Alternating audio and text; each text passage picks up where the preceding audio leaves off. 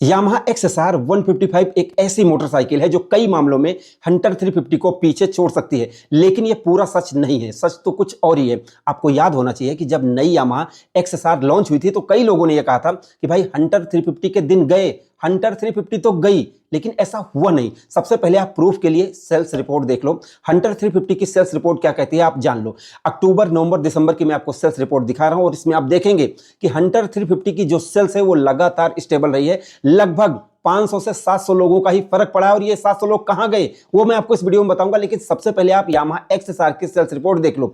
अब Yamaha XSR ने जो सबसे ज्यादा नुकसान पहुंचाया है वो मोटरसाइकिल है MT-15। MT-15 अक्टूबर में आप देखेंगे लगभग 12 से 13 हजार इसमें सेल्स में लिखा हुआ आप पढ़ सकते हैं, इतना बिकती थी। लेकिन अभी दिसंबर में ये लगभग 3 से 4 हजार बिक रही है। इसका मतलब जो MT-15 के ग्राहक हैं वो चले गए कहां पर, यामाहा XSR की तरफ। जबकि 500 से 700 लोगों को ही फर्क पड़ा है किसकी तरफ से, जैसे हंटर 350 की तरफ से। तो इस वीडियो में मैं 350 सीसी को 155 सीसी से कंपेयर क्यों कर रहा हूं, क्योंकि बात है 2 लाख रुपए की। कुछ लोगों की किस्त नहीं खत्म होती है, मोटरसाइकिल खत्म हो जाती है। इसलिए इस कंपेयर को आपको देखना सबसे ज्यादा जरूरी है कि 2026 में आपके लिए नई यामाहा XSR 155 ज्यादा अच्छी रहेगी या फिर आपके लिए हंटर 350 ज्यादा अच्छी रहेगी। इस वीडियो में मैं इन दोनों मोटरसाइकिल को कंपेयर करके पूरा डिटेल से बताने वाला हूं, इसलिए वीडियो को आप पूरा देखें। वीडियो आपको पसंद आती है तो प्लीज आप इस वीडियो को लाइक करें, शेयर करें और अपने भाई के channel bike point by Mintu and Rahul को सब्सक्राइब करके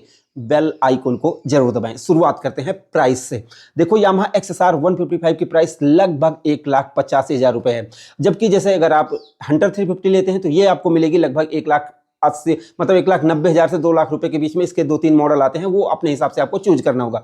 अगर हम दोनों के टॉप मॉडल की बात करें तो लगभग 10-5 हजार रुपए का फर्क पड़ेगा, नहीं तो वो भी नहीं पड़ेगा। आप समझ लो कि लगभग दोनों मोटरसाइकिल बराबर हैं। लेकिन हंटर 350 350 सीसी की मोटरसाइकिल है और ये 155 सीसी की है। शुरुआत में ही मैंने बता दिया कि कई मामलों में पीछे छोड़ सकती है। जी हाँ, जैसे कि पिकअप हो गया, टॉप स्पीड हो गई और जैसे सस्पेंशन क्वालिटी, मतलब बहुत सारी चीजों में ये पीछे छोड़ सकती है। तो सबसे पहले फीचर्स को ही ना कंपेयर कर लें, डिजाइन को बाद में करेंगे। अगर फीचर्स की बात करें तो यामाहा जैसे XSR 155 में आपको अप साइड डाउन फॉर्क मिलता है, जो इसमें टेलीस्कोपिक सस्पेंशन मिलता है। तो यहां पर सस्पेंशन का अंतर है। ज्यादा बड़ी डिस्क ब्रेक आपको दोनों में ही मिल जाती है, ऐसा नहीं ज्यादा बड़ी डिस्क ब्रेक तो आपको जैसे हंटर में मिलती है। बाकी जैसे सस्पेंशन का अंतर मैंने आपको बता दिया। पीछे टायर 140 mm के दोनों में ही है, बट दोनों का अपना अपना देखने का नजरिया है, कौन सा आपको ज्यादा अच्छा लगता है। बट जैसे मोनो सस्पेंशन आपको मिल जाता है किसमें, XSR में। इसमें आपको ड्यूल सस्पेंशन मिलते हैं और सीट लगभग दोनों की बराबर है।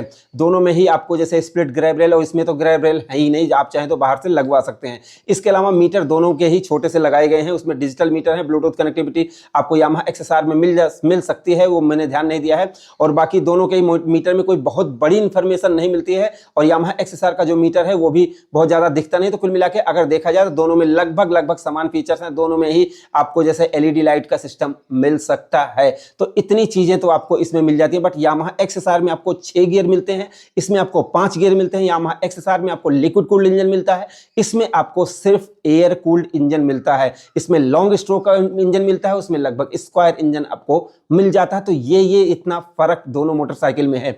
अब अगर हम डिजाइन को कंपेयर करें तो देखो दोनों ही मोटरसाइकिल देखने में सब लोगों को अच्छी लगती हैं, लेकिन अगर हंटर को देखें तो उसका मीटर एक तरफ किया गया है, वो डिजाइन है, मैं ये नहीं कह रहा हूं बुरा है, बट हमारे इंडिया के हिसाब से वो थोड़ा सा बगल में रखा रहता है, वो उतना जमता नहीं है। जबकि वही मीटर आपको XSR में ज्यादा अच्छा लगेगा।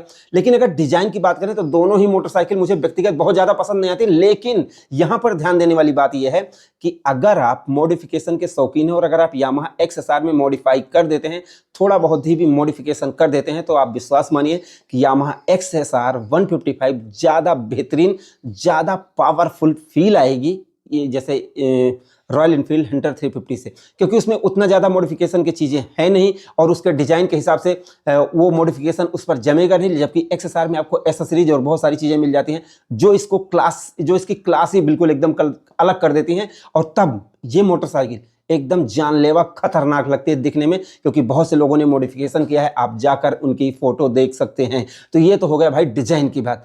अभी और चीज़ों का अंतर है और आपको पता होना चाहिए, जैसे यामाहा की जो मोटरसाइकिल होती हैं, चाहे XSR है, MT-15 है, यामाहा R15, ये बड़ी बड़ी मोटरसाइकिलों को टक्कर देती हैं अपनी टेक्नोलॉजी की वजह से। तो अभी टेक्नोलॉजी को भी थोड़ा सा जैसे इंजन को कंपेयर कर लेते हैं, इंजन को कंपेयर कर लें, फिर उसके बाद सारी चीज़ें आपको बताएंगे। अब देखो जैसे थोड़ा टाइम लग जाता है क्योंकि मैं आपको सही तरीके से समझाता हूं, ठीक है, और सही तरीके से समझाने में थोड़ा सा टाइम लग जाता है। और यही उम्मीद भी करता हूं कि आप मेरी वीडियो को लाइक करेंगे, शेयर करेंगे। और हाँ, हमारे अपने खुद के प्रोडक्ट हैं, टेंशन मत लो, XSR खरीदो या फिर रॉयल एनफील्ड हंटर खरीदो, सब पर लगाओ ये हमारा M2R प्लस पॉलिश, जो आपकी मोटरसाइकिल, कार और स्कूटर को चमका कर रखेगा। देर किस बात की, मीशो, फ्लिपकार्ट पर मिल रहे हैं, जाकर खरीदो।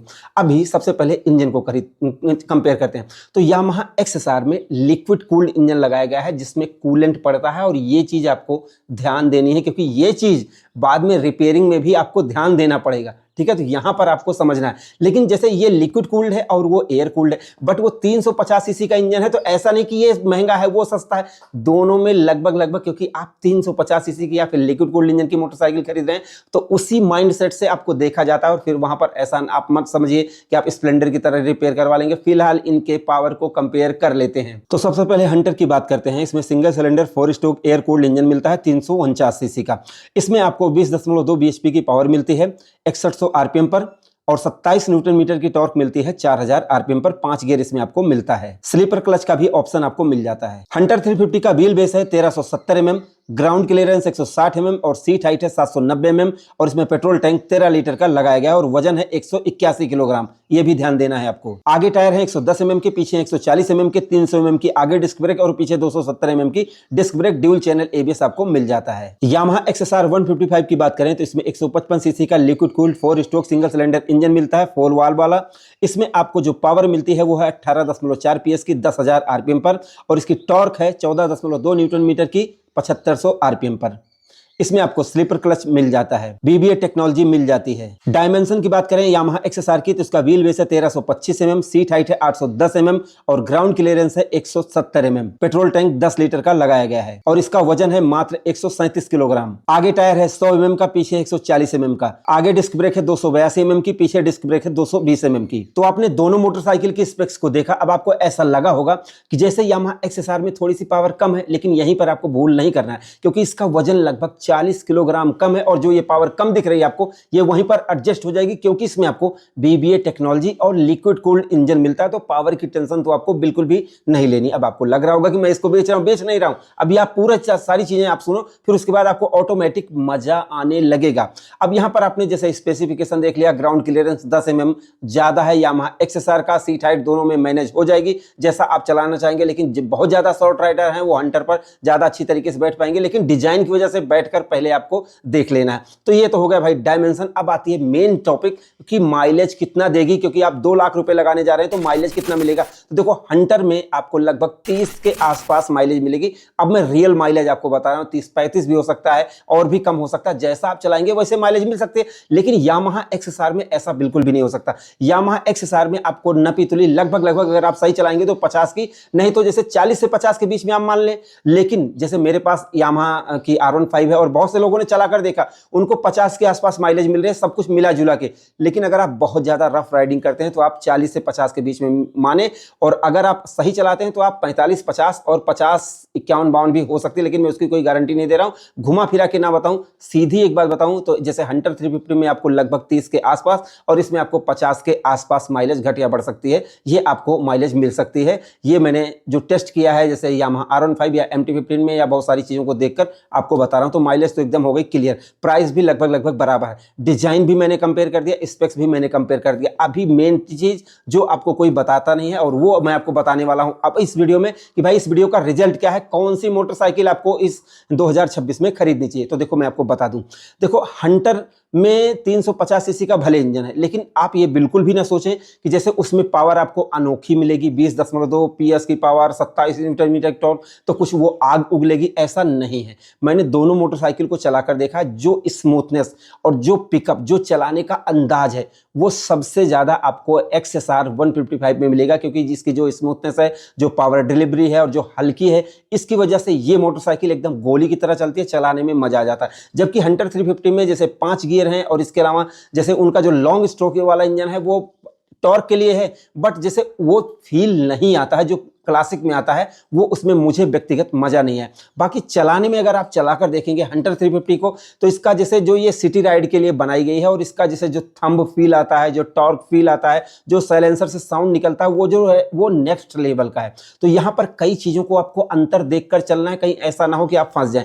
यामाहा XSR साइलेंट है, वो बहुत ज्यादा आवाज नहीं करती। अगर आप साइलेंसर चेंज भी करवाएंगे तो वो कभी भी हंटर नहीं बन पाएगी, क्योंकि उसमें वो आवाज नहीं आएगी, क्योंकि वो 155 सीसी की मोटरसाइकिल है और उसमें लॉन्ग स्ट्रोक इंजन नहीं है, तो इसलिए उसमें वो आवाज नहीं आएगी। वो आपको राइडिंग दे सकती है, अच्छी ब्रेकिंग, अच्छी पकड़ दे सकती है और इसके अलावा अच्छा पिकअप, अच्छी टॉप स्पीड लगभग 130-135 तक ये जा सकती है। और वहीं जैसे हंटर 350 इससे कम ही भागेगी। तो पिकअप हुआ, माइलेज हुआ, फीचर्स, हर एक चीज में हंटर 350 से कहीं ज्यादा अच्छी यामाहा XSR है। लेकिन इसका मतलब ये नहीं हुआ कि इसकी वजह से आपको फैसला जो है वो बदल जाएगा, क्योंकि हंटर जो आपको देती है, पहली बात तो जैसे रॉयल इनफील्ड फैमिली की मोटरसाइकिल है, तो आप एक रॉयल इनफील्ड की मोटरसाइकिल खरीद रहे हैं, पहली बात तो। दूसरी चीज, उसकी जो आवाज है वो आपको कोई और मोटरसाइकिल नहीं दे सकती है, ये चीज आपको ध्यान देना है। तो अगर आपका उद्देश्य एक बेहतर पिकअप, उसके साथ साथ बेहतर माइलेज और लॉन्ग टर्म चलने वाली मोटरसाइकिल, जैसे मेरे पास यामाहा R15 है, अब मैं किसी चीज को बेच नहीं रहा हूं भाई,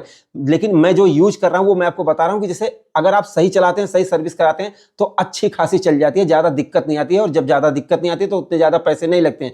वही हंटर 350 में भी मैंने बहुत सारी प्रॉब्लम देखी है कि उसमें प्रॉब्लम आती है, लोग रिपेयर करवाते हैं, उसके बाद खर्चा भी ज्यादा आता है, लेकिन अगर सही चलाते हैं तो वो भी सही चलती है। तो यहां पर अगर देखा जाए तो लॉन्ग टर्म में मुझे लगता है कि XSR अच्छी है। लेकिन भाई जो थंब, जो सारी चीजें हैं वो हंटर में मिल पाएगी। तो इसलिए अब आपको ध्यान ये देना है कि अगर आपका उद्देश्य एकदम तीर की तरह जाना है, आपको बेहतरीन पिकअप चाहिए, उसके साथ साथ अगर आप हाई स्पीड रेसिंग करते हैं तो भी माइलेज आपकी सही मिलनी चाहिए, तो XSR आपके लिए बेस्ट है। अगर आपको आवाज की जरूरत नहीं है, लेकिन अगर आपको धक धक वाली आवाज चाहिए, तो फिर हंटर आपके लिए ज्यादा बेटर रहेगी, क्योंकि उसमें आपको धक धक मिल जाएगी। और हंटर को जैसे मेरे कहने का मतलब यह है कि हंटर आपको सब कुछ उतना नहीं दे पाएगी जो वो आवाज दे पाएगी, क्योंकि उसी प्राइस रेंज में ये सारी चीजें आपको डिलीवर कर रही है। लेकिन मैंने एक चीज बताई कि भाई दोनों में हर एक चीज का अंतर है, जैसे कि आवाज, और कुछ लोगों को सिर्फ आवाज और रॉयल एनफील्ड के साथ जुड़ना होता है तो उसके साथ जुड़ते हैं, और कुछ उसके साथ जुड़ते हैं। तो आपको देखना है कि आपको चाहिए क्या। कहीं ऐसा ना हो कि जैसे आप पिकअप के चक्कर में ले लें, आपको आवाज ना आए, आपको मजा ना आए, आप लिक्विड कूल्ड इंजन ले लें, बाद में रिपेयरिंग में जितना खर्चा इसमें आएगा लगभग उसमें भी उतना आएगा, कोई बहुत बड़ा अंतर नहीं आएगा, 1000, 2000, 5000 का अंतर आएगा। और जब आप 2 लाख रुपए की मोटरसाइकिल ले रहे हैं तो आपको इतना सारी चीजें बर्दाश्त कर पाएंगे आप। दोनों ही मोटरसाइकिल की अगर राइडिंग क्वालिटी की बात करें, क्योंकि मैंने दोनों ही मोटरसाइकिल को पर्सनली चलाकर देखा है, यामाहा XSR को भी और हंटर 350 को, और मैंने ये देखा कि मुझे चलाने में यामाहा XSR ज्यादा स्मूथ लगी, ज्यादा हल्की लगी। वहीं हंटर 350 की बात करें तो ये भी चलाने में, जब मैं चला रहा था तब इसमें जो साउंड निकलता है उसकी वजह से मजा आ रहा था, लेकिन भाई पिकअप में वो मजा नहीं आता, क्योंकि जैसे 27 न्यूटन मीटर की टॉर्क है, आप सोचोगे कि भाई इतनी टॉर्क है, 20.2 bhp की पावर है, तो भाई 180 किलोग्राम से ज्यादा का वजन वो इंजन खींच रहा है, तो उसको वो इंजन का जैसे भार उठाने में भी कुछ ताकत लगती है, तो वो सारी चीजों का अंतर आ जाता है। इसलिए राइडिंग क्वालिटी के हिसाब से अगर देखोगे तो राइडिंग क्वालिटी में यामाहा XSR 155 मुझे लगता है कि चलने में ज्यादा हल्की, ज्यादा शार्प, ज्यादा पावरफुल और ज्यादा कट वट मारने में, मतलब वहां पर उसका जो चेसिस है, उसका जो स्विंग आर्म है, वो चीज नेक्स्ट लेवल का है। आपको चलाने में एकदम भरपूर मजा देता है, मतलब चलाकर देखोगे तो आपकी तबीयत खुश हो जाएगी। जो राइडिंग के शौकीन है, जो राइडिंग के बारे में जानते हैं, जिनको सिर्फ एक्सीलरेटर हटना है, गियर डालना, तुरंत ही 5 गियर डाल देने हैं, उनके लिए कोई मतलब नहीं रखता है। तो इसलिए राइडिंग के शौकीन है जो, वो यामाहा XSR को एक बार चलाकर देखेंगे और उनको देखेंगे तो उनको खुद ही पता चल जाएगा कि कौन सी मोटरसाइकिल उनके लिए ही बनी है। तो 2026 में आपको कोई बहुत हड़बड़ाहट नहीं दिखानी है।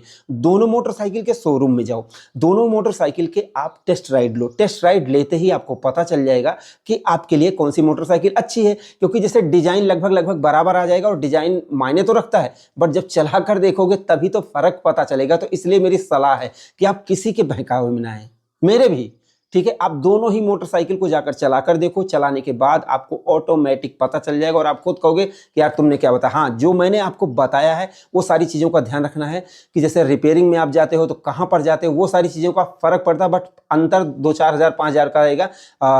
रिपेयरिंग करवाने में। बाकी वैसे बहुत बड़ा अंतर नहीं आने वाला है, क्योंकि ये पार्ट वाइज करता है। अब मैं टोटली आपको कैसे बता सकता हूँ, एक एक चीज़ का आप पूछोगे तो मैं आपको बता सकता हूँ। फिलहाल इस कंपैरिजन में मैंने आपको सब कुछ, model, design, price, mileage, feature सब कुछ बताया और अपनी व्यक्तिगत राय भी दे दी कि मुझे चलाने में ये मोटरसाइकिल कैसी लगी। सब कुछ तो मैंने आपको बता दिया। अगर कुछ रह गया हो, बाई चांस आपके मन में सवाल रह गया हो, तो टेंशन मत लो, यहीं बैठा हूं, आप कमेंट तो करो, मैं उसके ऊपर वीडियो बना दूंगा। आप बताओ, आप मुझे मेल कर सकते हो। सब कुछ मैंने खुला रखा है, वो भी फ्री में, फ्री ऑफ कॉस्ट। कुछ भी पैसे मैं आपसे नहीं लेता हूं। बस इतना कहता हूं कि अगर आपको जरूरत है तो हमारा पॉलिश शैम्पू, माइक्रोफाइबर क्लॉथ, ये आप खरीद सकते हैं। मीशो, फ्लिपकार्ट, इन पर डिस्क्रिप्शन में लिंक है, आप जाकर खरीदेंगे। बहुत से लोगों ने खरीदा है, अपनी मोटरसाइकिल, स्कूटर, कार को चमकाया, उसकी वैल्यू और रीसेल वैल्यू को बढ़ाया है। इसमें कोई टेंशन वाली बात नहीं। आपके भाई का प्रोडक्ट है, आप चाहें तो खरीद सकते हैं बिना किसी टेंशन के। तो देर किस बात की, जाकर एक बार डिस्क्रिप्शन में लिंक है, चेक करो मेरे भाई, टेंशन मत लो, ठीक है। और हाँ, अपने भाई को सपोर्ट करना ना भूलो, क्योंकि भले ही दूर से हो लेकिन आपका हूं अपना भाई, इसलिए सपोर्ट करो। और हाँ, बताओ वीडियो कैसी लगी, आप अपनी राय जरूर दें। वीडियो पसंद आई हो प्लीज लाइक से सब्सक्राइब, फॉलो करना बिल्कुल भी ना भूलें अपने भाई के channel bike point by Mintu and Rahul को। तो हमारी इस वीडियो को देखने के लिए, हमारे इस चैनल पर आने के लिए आपका दिल से धन्यवाद। आपका दिन शुभ रहे। धन्यवाद, धन्यवाद।